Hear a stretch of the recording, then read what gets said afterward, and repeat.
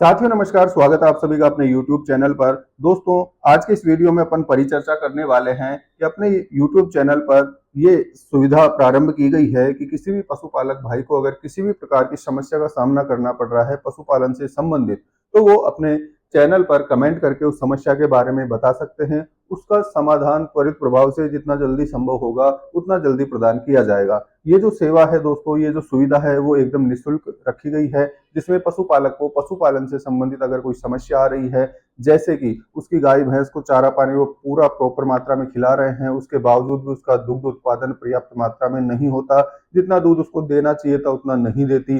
बहुत छोटे बछड़े हैं, उनके पेट में कीड़े हो जाते हैं, वो बड़े ही नहीं हो पाते, उससे पहले ही खत्म हो जाते हैं, बीमार हो जाता है, उसका उचित उपचार उसको नहीं मिल पाता है, जिसकी वजह से वो रिकवरी नहीं कर पाता है। प्रकार की बहुत सारी समस्याएं एक पशुपालक को रहती है कि मिनरल मिक्सचर किस तरीके से खिलाना है, डीवर्मिंग कैसे करनी है, कब करनी है, क्यों करनी है, कितनी मात्रा में दवा देनी है, कौन सी दवा देनी है, कौन सी नहीं देनी है।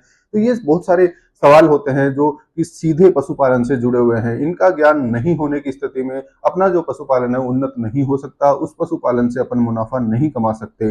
भारतीय अर्थव्यवस्था की बात करें दोस्तों, तो पशुपालन अपना जो ग्रामीण क्षेत्र है, ग्रामीण समुदाय है, उसके लिए रीढ़ की हड्डी है। आर्थिक व्यवस्था की रीढ़ की हड्डी पशुपालन को माना जाता है। तो पशुपालन जितना उन्नत होगा उतना ही देश अपना प्रगति करेगा। तो उसी दिशा में ये प्रयास किया जा रहा है कि हमारा जो पशुपालक है उसको सही मार्गदर्शन दिया जा सके, सही परामर्श दिया जा सके। उसके लिए हमारा जो YouTube चैनल है दोस्तों सदैव तत्पर रहेगा। आपकी किसी भी प्रकार की समस्या हो आप तुरंत कमेंट कर सकते हैं, जितना जल्दी संभव हो उसका समाधान किया जाएगा। तो ये सुविधा सभी के लिए है, सभी के लिए निःशुल्क है। तो आज के इस वीडियो में दोस्तों ऐसे ही कुछ कमेंट अपन ने लिए हैं, इनके बारे में अपन यहाँ पे चर्चा करने वाले हैं। ये कमेंट है दोस्तों राजेश सिंह जी के, और एक कमेंट है प्रद्युमन सिंह, इनके ये कमेंट हैं जो कि लगभग समान से हैं, इसलिए इन दोनों को एक साथ लिया गया है। तो आज इन दोनों कमेंट्स का अपन समाधान करेंगे। इसमें लिखा गया है राजेश सिंह जी द्वारा कि सर मेरी भैंस रिपीट हो रही है, इन्फेक्शन है, 2 बार दवा डलवा दिया है फिर भी नहीं रुकी।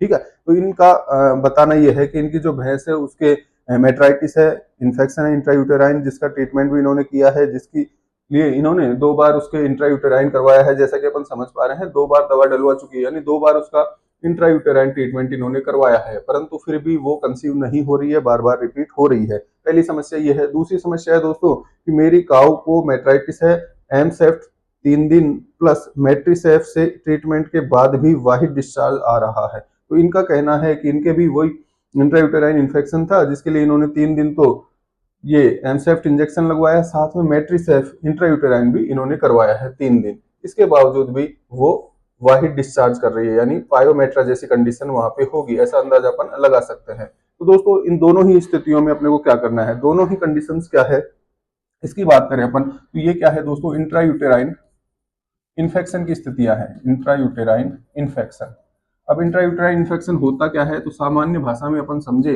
पशु की जो बच्चेदानी होती है उसके अंदर किसी प्रकार का संक्रमण हो गया है। वो चाहे गलत तरीके से एआई करने की वजह से हो, ठीक है, या गलत सांड के साथ नेचुरल क्रॉस उसका करवा दिया गया है, उसकी वजह से भी हो सकता है। ब्याने में उसकी समस्या हुई होगी, जेर का टुकड़ा अंदर रह गया होगा, बहुत सारे रीजन हो सकते हैं पायोमेट्रा के इंट्रायूटेराइन इन्फेक्शन के। वीडियोज के लिंक भी यहाँ मैं डिस्क्रिप्शन में डाल दूंगा, वो भी आप देख सकते हैं, तो और बेटर तरीके से आपके समझ में आ जाएगा। समझ में क्या आया आपने कि जो गाय है, भैंस है, पशु है, उसके क्या है, बच्चेदानी में संक्रमण है, बच्चेदानी में संक्रमण, इन्फेक्शन है उसके इंट्रायूटेराइन। अब बच्चेदानी में जब तक संक्रमण रहेगा दोस्तों, अपन कितनी ही उसकी एआई करवा ले, कितनी ही अच्छे तरीके से उसका अपन नेचुरल इंसेमिनेशन करवा लें, कृत्रिम गर्भाधान उसका करवाएं, अच्छे सांड से उसको क्रॉस करवा ले, फिर भी वो कंसीव नहीं होगी, वो रुकेगी नहीं, बार बार वो रिपीट होती रहेगी। तो सबसे पहला काम इसमें क्या करना पड़ता है, बच्चेदानी में संक्रमण का इलाज करना होता है। जैसा कि अपन ने इनमें देखा, दोनों ही कमेंट्स में लिखा गया है कि ये 2 बार या 3 बार इंट्रायूटेराइन करवा चुके हैं। तो इसमें क्या होता है दोस्तों, कई बार क्या होता है, जैसे इंट्रायूटेराइन ट्रीटमेंट किया गया है, उस स्थिति में उसका इन्फेक्शन लगभग समाप्त हो जाता है, परंतु अगर इन्फेक्शन ज्यादा है, जैसे पायोमेट्रा की स्थिति है, उस स्थिति में 3 दिन के इलाज से वो संभव नहीं हो पाता।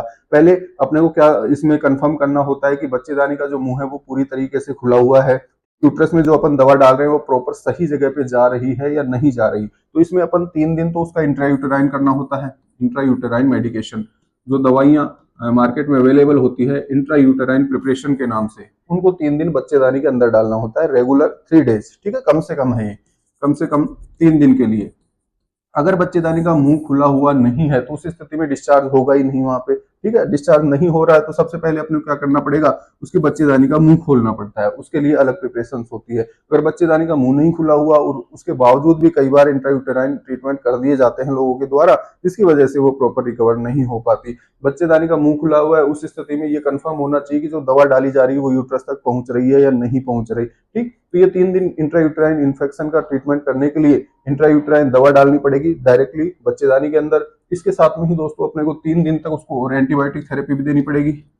3 दिन एंटीबायोटिक्स इंजेक्शन, ठीक है, वो इंट्रामस्कुलर लगा सकते हैं अपन। और 3 दिन अपन क्या करेंगे, उसके NSAID यानी non steroidal anti inflammatory drugs भी उसके इंट्रामस्कुलर इंजेक्शन की फॉर्म में अपन उसके लगाते हैं। ये तीनों दिन अपन रेगुलर करेंगे, ये इंजेक्शन भी साथ में लगेंगे और ये इंट्रायूटेराइन मेडिकेशन भी उसका करना पड़ेगा। इसके बाद में उसके कंसीव होने के चांसेस बढ़ जाएंगे। जब नेक्स्ट हीट पर वो आएगी तो अपन कंफर्म करेंगे कि उसका इन्फेक्शन खत्म हुआ है या नहीं हुआ।